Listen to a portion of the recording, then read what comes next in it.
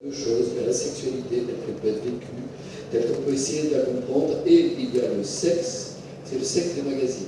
C'est-à-dire la représentation sexuelle, elle est aussi importante, c'est celle qui a fait faire des progrès, c'est pour ça que aussi on a dédramatisé beaucoup de choses. Mais d'un autre côté, c'est ce sexe médiatique qui va nous terroriser. Il y a un terrorisme de l'orgasme aujourd'hui, si on n'orgasme pas en permanence, il y a des gens qui nous prétendent que si on ne laisse pas 3 ou 4 fois dans la nuit, on n'est pas des gens normaux. Ça peut pas être normal. Alors flashback, même si vous ne voyez pas, voilà flashback.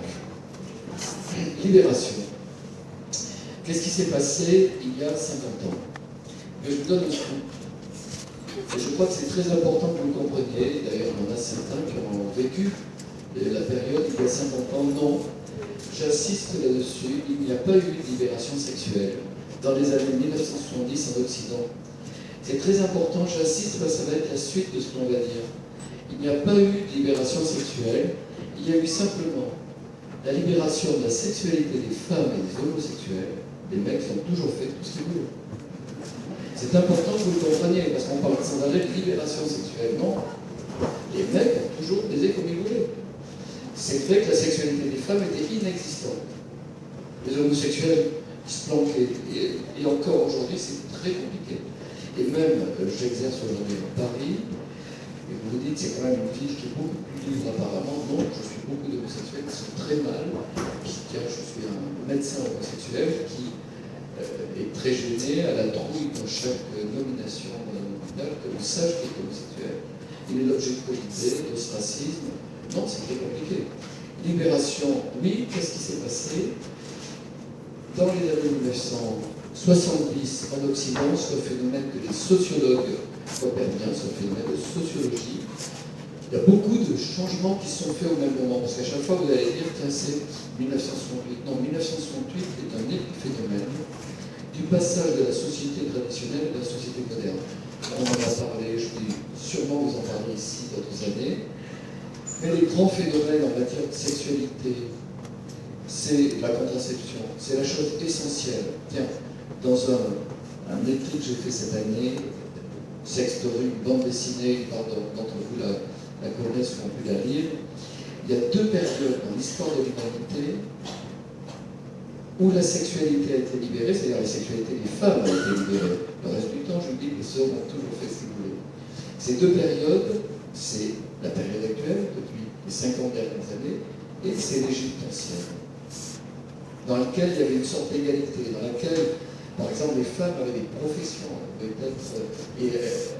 pouvaient être médecins, et elles ont développé. Et pourquoi il y a eu une si grande liberté et paritarisme et égalité? Et tout simplement, c'est les deux périodes, les deux seules que je connais dans l'histoire de l'humanité, où on a eu la contraception. Depuis les 50 dernières années, c'est uniquement parce qu'il y a de la contraception que les femmes ont un statut différent. Dans l'Égypte ancienne, il y avait des équivalents de stérilés, on mettait des épis d'acacia intra-utérines, il y avait des tampons contraceptifs, on a fait des analyses, on sait très bien ce sont des plantes œstrogènes-like, progestérone, et ce sont des mélanges contraceptifs. C'est les deux seules périodes dans lesquelles la femme a eu une position différente. Donc le phénomène essentiel, c'est la contraception. L'émancipation sexuelle des femmes, c'est la conséquence. Affirmation de la sexualité, de la légalité du sexe, c'est une conséquence. Reconnaissance des sexualités non procréatives, non conjugales, c'est la même chose avec la reconnaissance des orientations différentes et notamment de l'homosexualité. Autonomie parentale et filiale, oui, ça c'est un grand événement qui vient, je vous disais, de cette transformation qui fait que peut-être 20% de l'humanité dont nous faisons partie, on pourrait dire Occident plus, avec les Occidents light dans beaucoup de pays, qui ont des modes de vivre qui nous ressemblent, eh bien effectivement, le sujet commence à exister. De 80% de l'humanité, il n'y a pas d'autonomie parentale ou filiale. Libération morale et sexuelle, et le dernier mot que j'ai mis sur ce diapositive, c'est l'importance de l'érotisme. Ben oui, l'érotisme va pouvoir commencer à fonctionner, c'est-à-dire qu'éros, c'est le désir, mais dans la mesure où au moins il y a deux partenaires. S'il n'y en a qu'un seul, lorsqu'il n'y a pas de position libre des femmes, l'érotisme ne se développe pas Donc l'érotisme a commencé à se développer, mais je dois dire qu'une grande part des populations occidentales ne sont pas dans l'érotisme. Et dès qu'on a une habitude, notamment dans un couple qui va durer, l'érotisme est très difficile à conserver. Et cette exigence que l'on a aujourd'hui, par exemple, de sexualité. Ah, je sais pas. Que celui-là est bien meilleur. Tu veux essayer, vas-y. Tu mets un petit peu plus de grave, moins aigu, je trouve que l'aigu. Il n'y a pas de retour pour le faire. Oui, non, mais j'ai compris. J'ai déjà mangé des glaces dans ma vie. Mais d'habitude, on me pique un petit peu plus loin. C'est bon? Bon.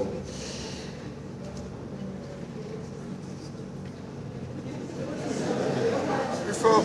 Oui, c'est le je sais. Bon. Oui, parce que la sexualité sans érotisme, ça peut fonctionner.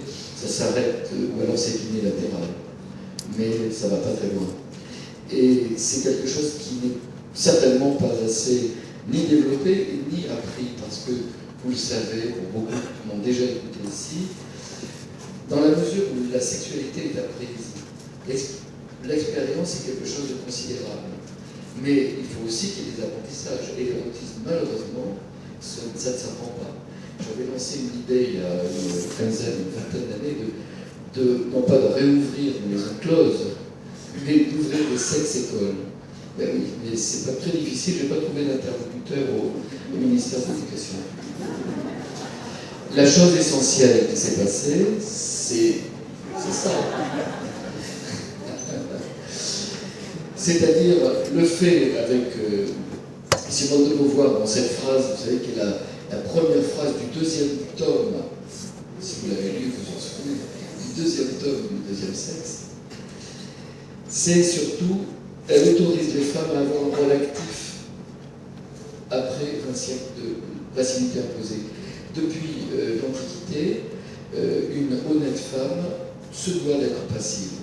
Et c'est d'une certaine façon un asservissement à la non-jouissance. C'est évident que c'est dans l'activité, je ne veux pas l'activisme, mais c'est le fait d'être actif dans la relation qui permet à la sexualité de s'épanouir. Les changements sociétaux, j'y vais très vite puisqu'on est dans ce flashback. Les changements sociétaux, ça a été... on n'a qu'à voir de quelle façon la censure a disparu. Les représentations de la nudité ne sont plus répréhensibles depuis 1980 simplement. Évidemment, en 1978, la nudité pouvait être condamnée dans les tribunaux, la représentation de la nudité, même par un artiste. Première Gay Pride en 69, 98, la Lesbian Gay Pride, l'instauration du PAX en 99, le mariage pour tous. Une des choses essentielles, 2000-2016, c'est la vague pornographique Internet. Le cybersexe représente aujourd'hui, dans les études, 25 à 30% du flux mondial Internet. 25 à 30%. Le chiffre d'affaires a été évalué plusieurs fois, c'est bien sûr en milliards, mais c'est monstrueux. Alors, à cela, il faut quand même penser que cette industrie du porno est consommée à 80% par des hommes. Très peu de femmes. C'est pas forcément 20% des femmes, selon les études. Beaucoup d'articles journalistiques veulent vous dire les femmes s'intéressent de plus en plus au porno. Non, c'est pas ça l'idée, c'est qu'il y a des modes d'excitation différents chez les femmes qui peuvent utiliser par exemple des canaux d'imagination, ce que très peu d'hommes utilisent, surtout plus en avance en âge. Et ça, c'est un conseil, plutôt une information que je donne et que les hommes ne savent pas forcément, les femmes non plus. Les hommes ont besoin, au fil du temps, au fil de l'âge, de plus de stimulation pour obtenir la même chose. Ça, c'est de la physiologie. C'est normal. Le problème qui est compliqué, quand on a des habitudes dans le couple, eh bien, on se rend compte que quelquefois, je ne comprends pas pourquoi, tu t'intéresses pas à moi, tu ne m'aimes plus, ainsi de suite. Mais le mec ne peut pas répondre parce qu'il ne sait pas. Il faut qu'il y ait plus de stimulation. Effectivement, avec une partenaire différente, ça va mieux marcher, tout simplement parce que, mais même avec une femme aussi, toute nouveauté amène plus d'excitation. Mais la chose qui est compliquée, vous voyez, dans ce que l'on est en train de dire, c'est qu'il y a besoin de plus de stimulation, on ne le sait pas, c'est culpabilisant, c'est un virage très compliqué dans la longévité du couple. Et la plupart des hommes n'ont de l'excitation que par un seul canal, c'est le canal visuel. Les femmes sont séduites par la voix, la façon dont je vous parle n'est pas la même, je l'ai déjà dit, c'est bourré de testostérone, qui est un petit peu avec une tessiture grave. Et là, je vais vous révéler une chose que je ne vais pas dire moi. Ça fait 1 an que je prends des cours de chant. Jean-Claude, je te l'ai dit. Et on m'a révélé que j'avais une voix de basse. Je ne savais pas. Je ne parle pas de la même façon devant un auditoire, je m'épuisais en montant ma voix.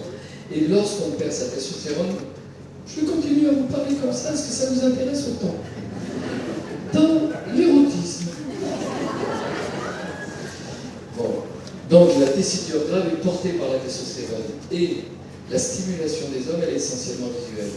Et les femmes, d'ailleurs, si elles sont touchées par la voix, c'est parce qu'elles sont touchées par l'audition, et par l'imaginaire de l'audition, par un certain nombre de phénomènes qui ne sont pas de l'ordre visuel. C'est pour ça que le porno, qui est essentiellement sur les tablettes, qui est visuel, c'est purement une excitation masculine. À quoi sert ces 20 à 30% de flux Internet? Purement à la masturbation masculine, ou plutôt à l'excitation, puisque l'homme ne peut pas se masturber s'il n'est pas excité.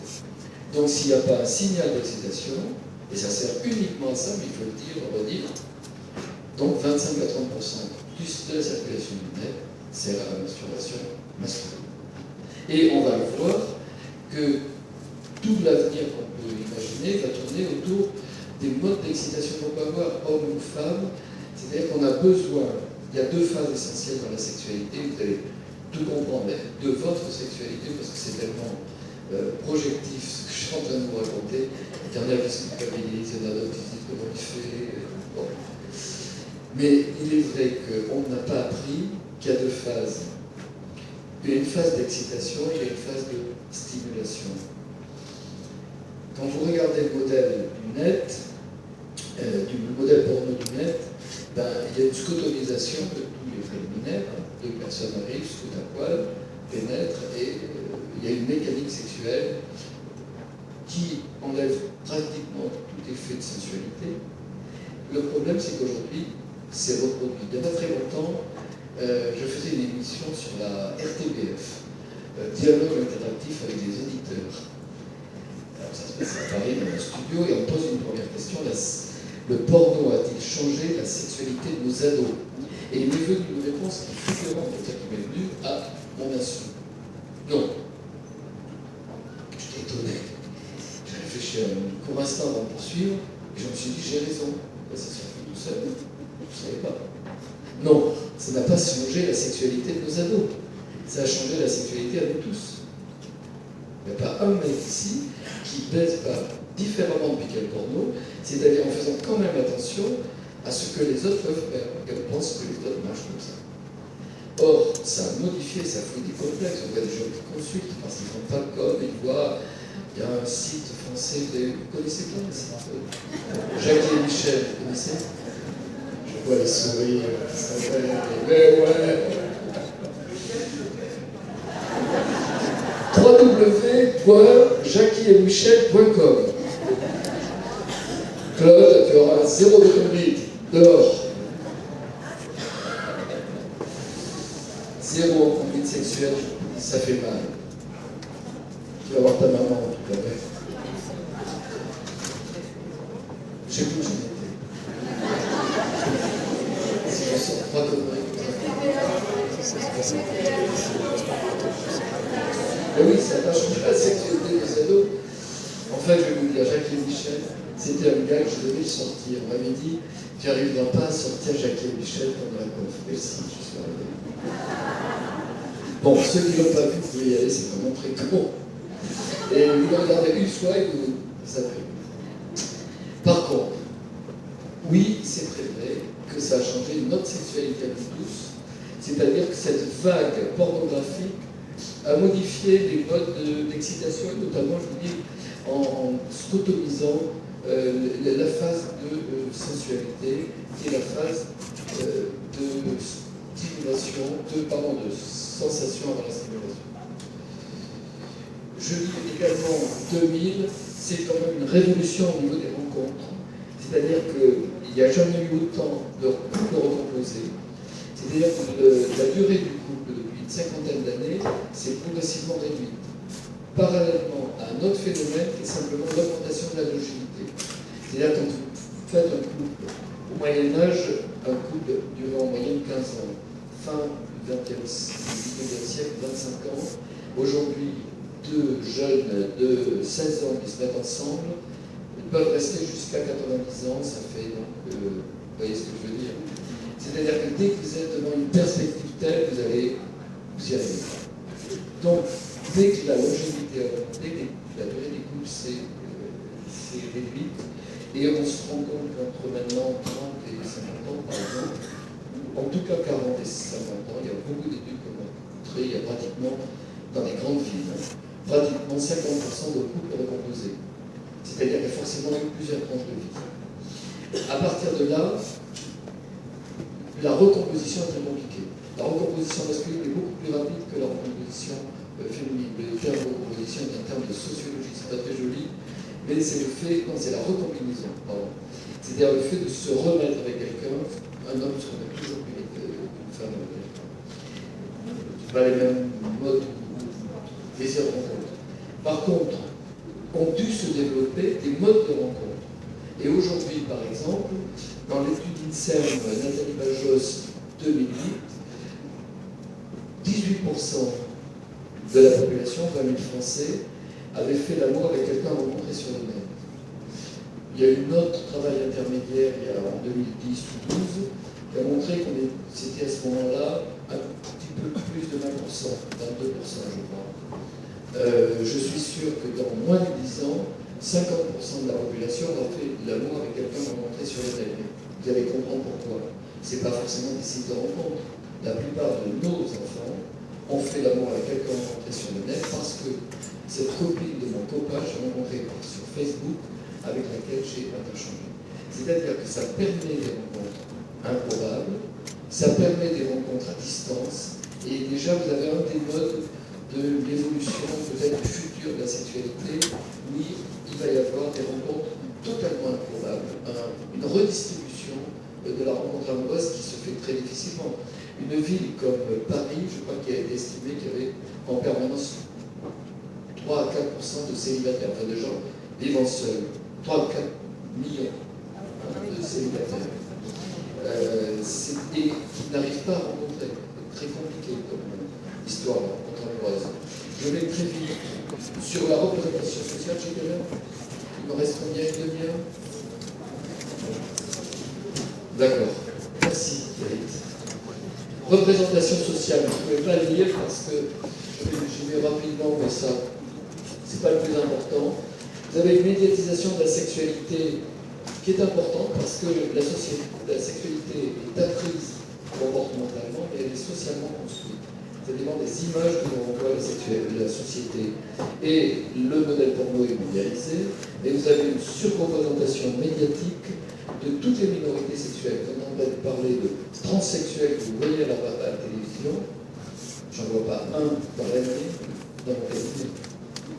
Il y en a un sur 400 000. Vous allez voir énormément représenté, et vous dites, je parlais d'homosexualité, les gens me disent, mais il y en a presque 50%, ils vont nous envahir. Il y a 4% d'homosexuels, mais ce n'est pas pour dévaloriser. On est avec un déclaratif très large, on est à 3-4% homo confondus. Mais ce n'est pas du tout pour dévaloriser, c'est-à-dire que vous avez une représentation qui est complètement différente dans les médias. Sur représentation des sexualités particulières, on a l'impression que tout le monde est, je ne sais pas quoi, sadico, pervers, médiatico, tout ce que vous voulez. C'est-à-dire que les SM pullulent dans les écrans et tout le monde en parle. Dans la vie, il n'y en a pas autant que ça. La sexualité dans l'art, et je pense que Christian est dans le coin, je peux vous dire, la sexualité dans l'art va amener des choses assez particulières avec le plug anal de McCarthy, que je vous ai montré ici. Vous le connaissez, le plug anal de McCarthy, vous vous souvenez, c'est le tollé que ça a pu faire. Est-ce que vous vous souvenez du levier de vitesse de McLeaf? Alors c'est un projet pour la FIAC 2015, mais devant le tollé du plan anal, il n'a jamais été réalisé. Pourtant, je trouve que c'est une valorisation automobile assez sympathique. Sexe à venir, qu'est-ce qui se passe aujourd'hui? C'est déjà aujourd'hui. Mais assez rapidement sur ce sexe à venir. C'est-à-dire qu'on est déjà dans l'avenir du sexe avec quelque chose de très important. Je vais y venir dans un instant, l'auto-érotisme, le transhumanisme, on l'a dit, c'est toutes ces projections. La mode des poupées sexuelles est beaucoup plus importante que vous l'imaginez. En France, elle est clandestine. Il y a des pays qui sont le Japon, bien sûr, l'Italie s'y met. Vous avez une montée formidable des poupées sexuelles, des poupées intelligentes animées, je vais vous les montrer dans un instant, des nouvelles générations de jeux vidéo qui sont en train de montrer ce que peut être l'interaction avec notre individu à distance. La combinaison multisensorielle et des engins d'immersion en cybersexe. Ça, c'est un mail que j'ai reçu hier, j'ai rajouté là-dedans. J'avais tout d'un coup un ex-femme qui m'arrive, oser rentrer orgasmique. Vous voyez, je ne sais pas si on est dans le sexe du futur, mais c'est hallucinant. Je reçois ça, ça a passé tous les filtres d'Apple qui en général sont très bons, et je reçois ça. Alors, vous comprenez comment j'ai été choqué d'abord. Votre réaction me gêne. J'étais profondément choqué, surtout quand vous voyez, pour ceux qui ne connaissent pas, le deuxième à gauche, c'est le vibro, le rabbit, très célèbre rabbit qui peut pénétrer 2 orifices. Et vous avez le sexe du futur, mais qui est extrêmement développé, et je dis heureusement, parce que ça a décoincé beaucoup de gens, même si les vibros sont beaucoup moins utilisés qu'on le dit, mais au moins ça a permis d'ouvrir la parole et de pouvoir parler de sexualité. L'auto-érotisme, le sexe du futur, oui, parce que le sexe du futur, qui va très souvent éloigner les partenaires, on peut très bien avoir une sexualité à distance extrêmement épanouie, et ça va exister de plus en plus. Peut se faire d'une façon épanouie si chacun a un bon niveau de maturité auto-érotique. Mais je dirais, c'est pour ça que je ne veux pas choquer ceux qui se disent qu'est-ce qu'il est en train de nous raconter. Le sexe à deux dans la vraie vie ne peut se faire que si on a un degré très élaboré d'auto-érotisme. Et d'ailleurs, la plupart du temps, il faut dire, surtout pour les femmes, lorsque ça ne marche pas très bien, c'est que l'auto-érotisme est une donnée très peu montrée. Je ne peux pas vous l'expliquer en un instant. L'essentiel de la sexualité, c'est quelque chose qui se passe avec soi. Tiens, la sexualité, très souvent je pose la question, ça se passe à combien? Non seulement face à combien, on dira à 2, bien sûr. Ça se passe toujours, non pas seul, non plus. Ça se passe à 1, ce qui n'est pas pareil. C'est-à-dire si moi, homme ou femme, je suis capable de toute la chaîne de l'intérêt sexuel, de faire naître le désir, d'apprendre à le faire naître, de monter l'excitation, d'être capable d'arriver même seul à un paroxysme, et que toi en face, homme ou femme, tu es capable de la même chose, là on va passer un moment qui va être épanouissant. Et quand c'est pas épanouissant, c'est que souvent l'un des deux ne connaît pas cette chose-là. Mais c'est parce qu'on ne nous l'a pas appris. Or, c'est le fondement de la sexualité épanouie. Je vous ai mis le très beau livre qui est très intéressant de Montaigu, Voyage autour de mon sexe, c'est ce que je racontais dans les notes de la masturbation, c'est ce que je m'évertue à dire depuis une quinzaine d'années, avec le premier titre. La mode grandissante des sextoys, je vais aller assez vite. Ça, c'est un couple très épanoui. Vous les voyez, je suis désolé parce qu'on ne voit pas très bien ici. C'est bon. Épanoui autour d'un verre de vin qui est un Saint-Émilion grand cru. C'est juste au-dessous de Cheval Blanc. Bon.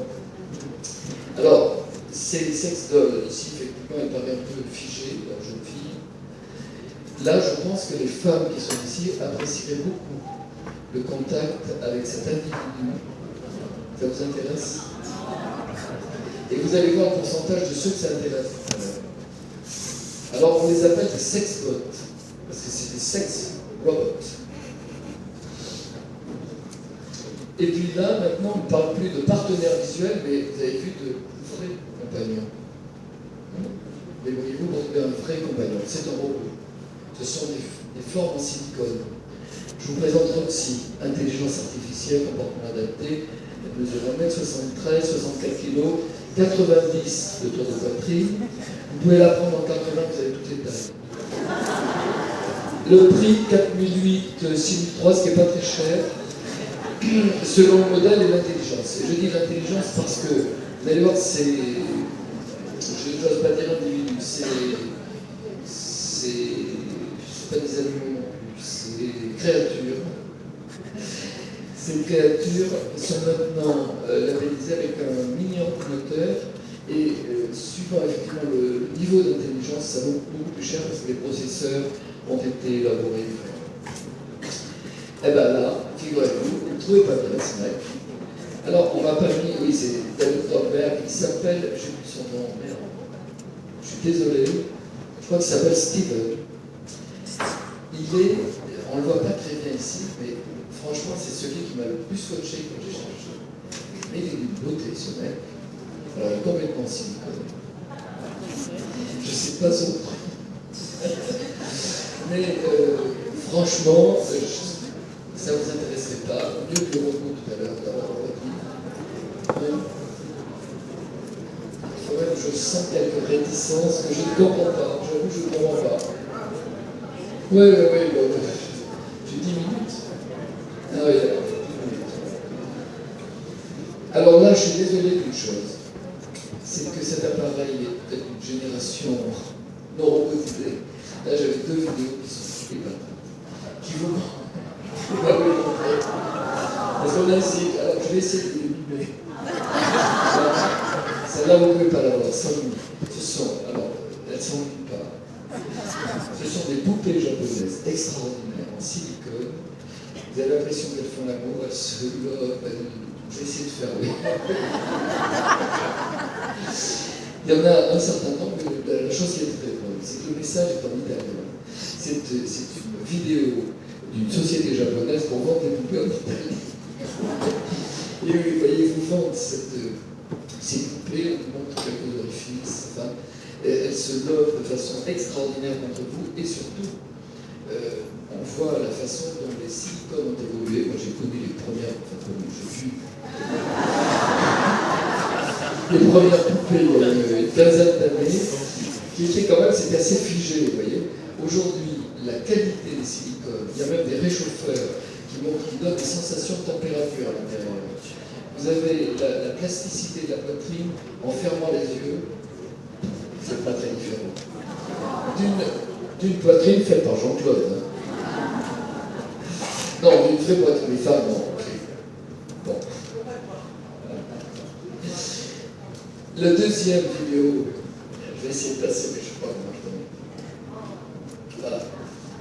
Alors, les Japonais aiment beaucoup les poupées qui ont un esprit qui est presque infantile. Et chez nous, ça paraît un peu bizarre. Mais cette fille que l'on voit là, vous la voyez être manipulée. Vous voyez un doigt qui rentre dans son vagin et tout. Mais c'est uniquement le SAV, ou plutôt le service avant-vente, qui est en train d'essayer de voir si tous les orifices fonctionnent, si toutes les positions lèvent les jambes, de retour, de façon à voir la fonctionnalité de cette couture. La vidéo est très drôle. Cherchez bien, prenez ceux qui le veulent, faites Real Dog, c'est très facile, à Yahoo, et vous allez tomber là-dessus.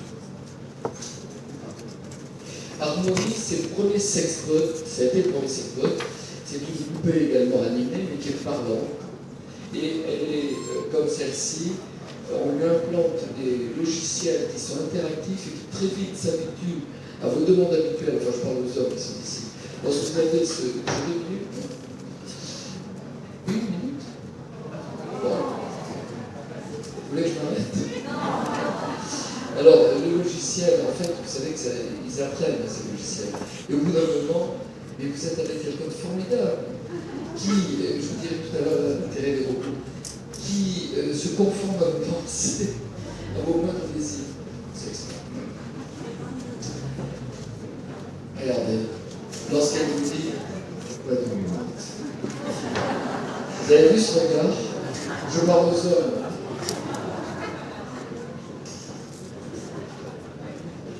Ça, c'est le projet de Macullen. Macullen veut arriver, et il va y arriver rapidement, à ce qu'on puisse confondre la réalité et le virtuel.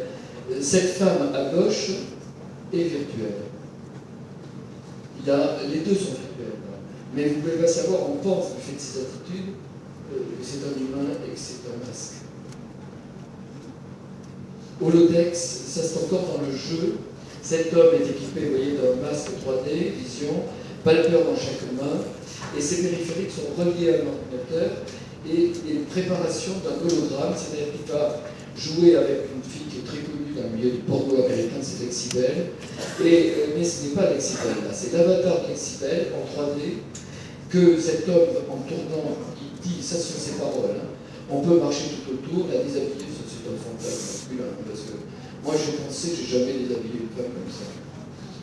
On peut marcher tout autour, le voici la déshabiller, vous voyez ses mains, et c'est exactement un jeu vidéo. Ses mains qui s'approchent, c'est incroyable ça. Ses seins par exemple, et regardez ce qu'ils ont fait, enfin il est en train de bailler. Sauf que là, c'est à sens unique, c'est-à-dire qu'il n'a pas les sensations.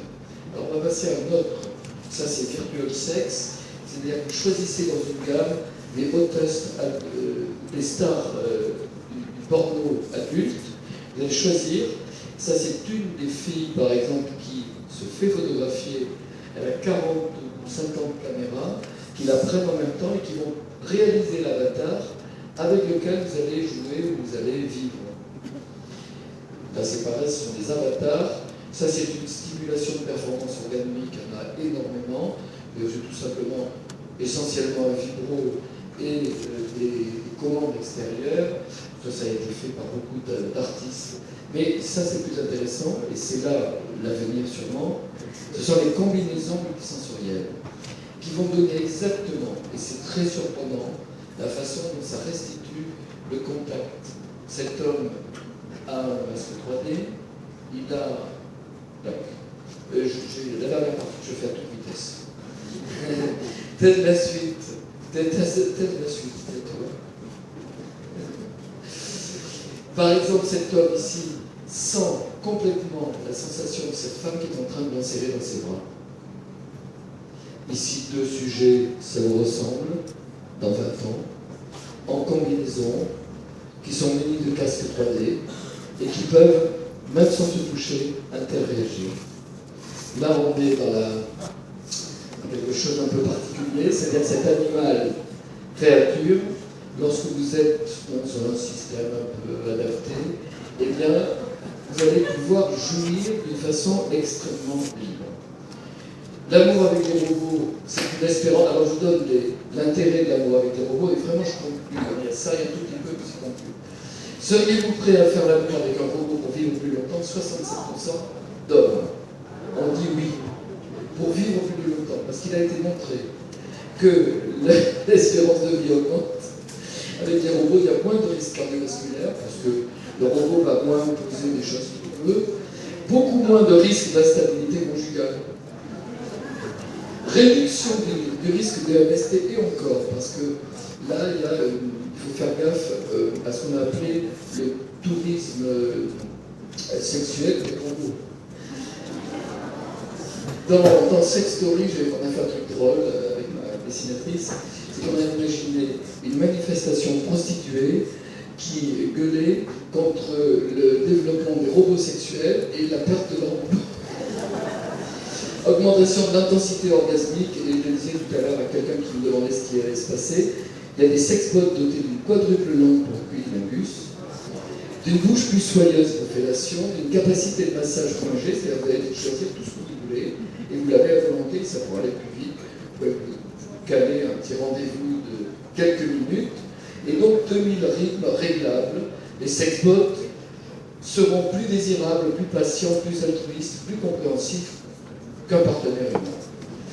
Et d'ailleurs, avec ces addictions au sexe très libre, effectivement, on peut quelquefois se poser la question de choses comme ça. Je termine en un instant avec ce sexe sublime, vous allez comprendre pourquoi. Je finis. Ce sexe sublime, mais c'est quoi? C'est un sexe, à mon avis, sublimé. Parce que qu'est-ce qu'on peut imaginer dans un siècle, dans 2 siècles? Réduction des asymétries au niveau des morphotypes, c'est un autre aspect, je ne crois pas beaucoup. Les gens qui s'occupent du genre pensent que, alors, disparition des stéréotypes, oui, mais ils mettront plusieurs siècles pour disparaître. Et ça passe, et tant mieux, il faut essayer de le faire le plus possible, ça n'arrivera pas aujourd'hui. Disparition de la pilosité, oui. Nous ne savons pas comment, au début de l'humanité, nous avons perdu la très forte pilosité, et aujourd'hui on la voit totalement disparaître, on ne sait pas pourquoi. C'est comme ce qu'on disait l'histoire de taille hier, on ne le sait pas. Vraisemblable orientation hétéro, oui, je ne crois pas à cette idée des études sur le genre qui disent que la sexualité sera homo-bi généralisée. Et surtout une sexualité plus libérée, parce qu'il y aura certainement, et ça va arriver, une fécondation extracorporelle généralisée, c'est-à-dire la suite c'est de la fiction. Je vous termine ici en vous montrant quelques images de sextory, mais qui montrent, j'en suis certain que ça passera comme ça. C'est-à-dire, je construis cette ville de 2200 hors Bigolis, après la grande montée des eaux qui a suivi la disparition de la plupart des continents. Les gens sont réfugiés sur cette partie de l'Afrique qui les avait vus naître. Et nous sommes dans une société technologique qui a totalement séparé reproduction et fécondité. Bien sûr, nos progénitures sont élevées, beaucoup mieux d'ailleurs que par l'éducation nationale, avec des robots qui savent ce qu'il faut faire. Et les êtres sublimes que nous allons être, vous voyez, qui sont au sommet de la société, sont des humains augmentés. Il y aura des puces. Aujourd'hui, on sait déclencher des orgasmes par une implantation soit médulaire, soit intracorticale. Ça s'est fait, tout simplement parce qu'on a fait une erreur de positionnement dans des antidouleurs en général. Donc, ils sont avec des puces implantées dans le cerveau, ils se donnent quelques décharges quand ils veulent, le jour, la nuit, quand ils veulent. Là, l'ensemble de la population est un peu anesthésiée. Et le seul problème, il y a un seul risque qui peut se passer, je vous avertis, alors c'est dans cette story, mais c'est une réalité, c'est qu'il puisse y avoir une interrogation de ces gens qui sont virtuellement déconnectés et qui s'interrogent en se demandant qu'est-ce qu'ils font. Merci de m'avoir écouté.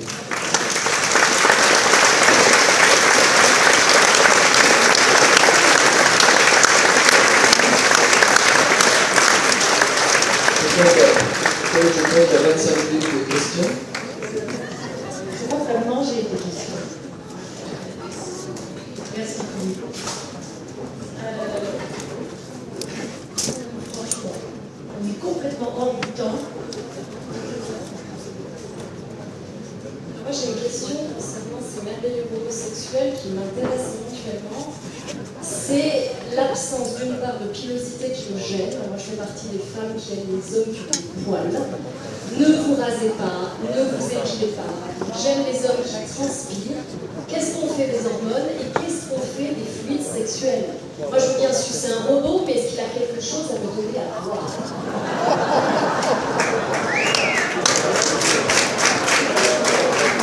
Vous avez raison, c'est excellent comme question. Je la répète. D'abord, ces robots auront des stimulations. Ils seront rétablis. On a pensé, on a imaginé des robots à poil. Non, pas à poil, à poil. Non, je suis d'accord avec vous. Qu'il se passe une transition aujourd'hui, ça n'a rien à voir avec cela. C'est dans l'Occident aujourd'hui, la dépilation qui a suivi la disparition des odeurs, c'est le XVIIIe siècle, qui a amené à ce que l'on enlève le miasme, c'est l'histoire du miasme de la jonquille, et qu'on amène à ce que le sujet, surtout féminin aujourd'hui, est totalement aseptisé. Je pense qu'aujourd'hui, il y a des goûts des deux côtés, mais la tendance, elle est peut-être très courte, hein, mais la tendance actuelle, elle est effectivement vers la dépilation, et je suis très content de votre réaction, parce qu'il y a beaucoup de femmes qui me le disent, et il faut que vous réagissiez. Faites une ligne pour le poil, par exemple. Et on faut qu'on attende. Merci beaucoup Philippe, c'est passionnant. On va passer à Patrick Leboire.